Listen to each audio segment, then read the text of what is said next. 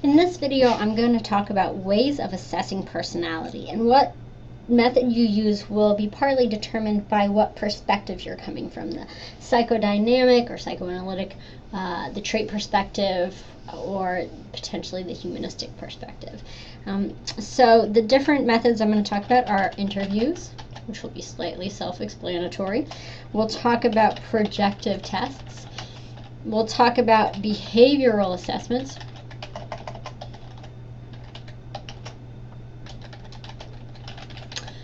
And we'll talk about inventories.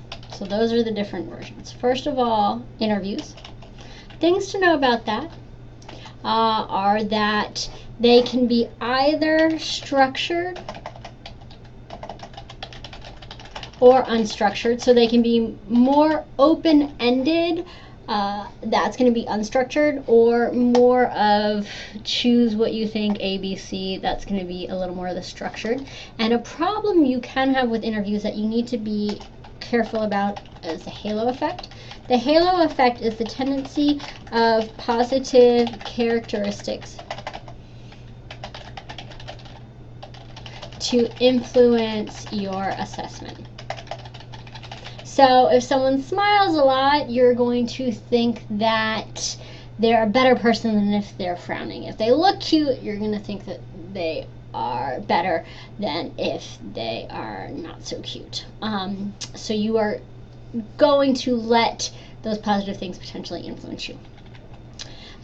And that can fall really under any of the different perspectives interviews. Projective tests are only found with the psychodynamic perspective or psychoanalytic. And if you remember, projection is one of the defense mechanisms. It's when you put your unconscious, you project it onto something else. So that's really what projective tests do. All projective tests are going to present ambiguous stimuli. If something is ambiguous, what that means is that you're not sure what it is. It could be one thing, it could be another. It's unclear is ambiguous, or goes more than one way. So you're presented with an ambiguous stimulus and you have to explain it, describe it, tell a story about it, depending on what test you're using. There are two forms of projective tests. One is the Rorschach. And an example of the Rorschach is this.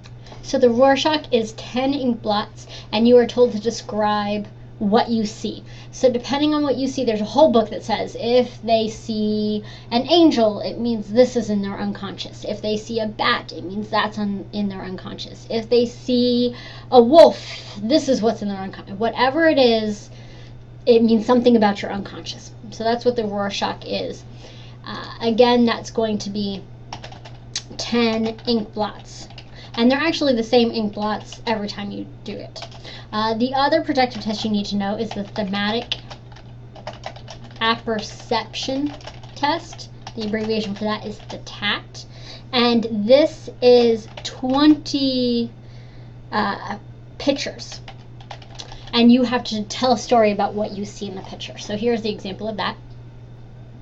So when you look at this, you can really decide what is going on with this guy. Is he tired and he's just waking up while his wife's still in the bed? Is he embarrassed because he just slept with a prostitute? Did he just kill a prostitute? Is he sad because she's sick?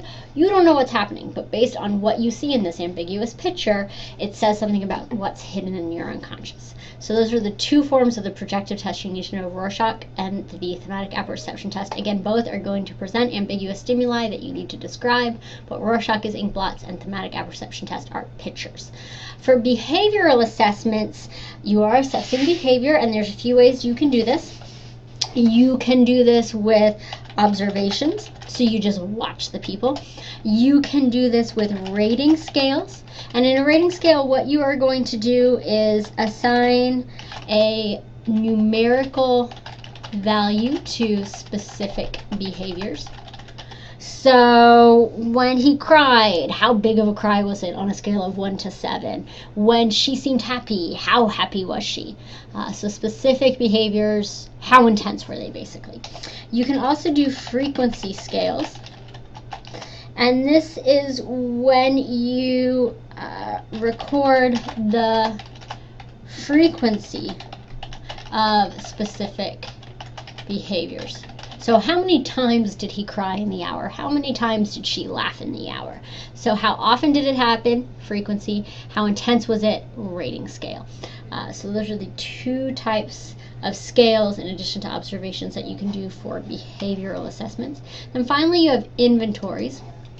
Inventories are only going to be a part of the trait perspective. So the trait perspective is going to use these. And we talked about a couple different trait perspectives in class, and so different ones are going to have different tests. For Cattell and his perspective, he had the source versus surface traits. His is called the 16PF.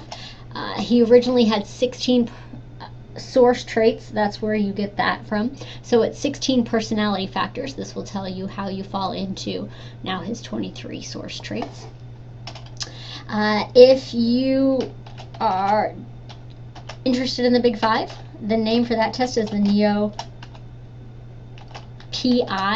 NEO is neuroticism, extroversion, openness, 3 of the 5, and then PI does not stand for agreeableness and conscientiousness. It stands for personality inventory.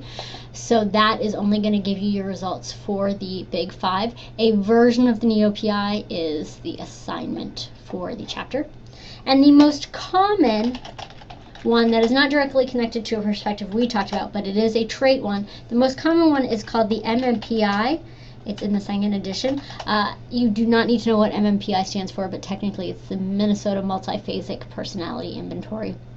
This is 567 statements, and you say yes, no, or I can't say to them.